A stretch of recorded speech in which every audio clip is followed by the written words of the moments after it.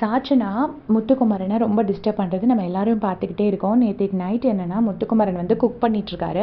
So hour cook பண்ணிகிட்ருக்கும்போது பின்னாடி போயிட்டு இப்படி டிஷர்ட்டில் கை வைக்கிறது, பேண்ட்ஸில் கை வைக்கிறது, இப்படி ஏதோ ஒன்று பண்ணிவிட்டு பின்னாடி இருந்து ஹக் பண்ணல அந்த மாதிரி ஏதோ பண்ணுறது எனக்கு சொல்கிறதுக்கு ரொம்ப சங்கடமாக இருக்குது. அந்த மாதிரிலாம் பண்ணிகிட்ருக்காங்க.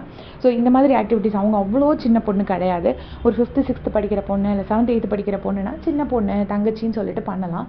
இவங்க தங்கச்சி மாதிரி தான் பண்ணுறாங்க. அவங்க வேறு எந்த கண்டென்ட்டும் பண்ணலை.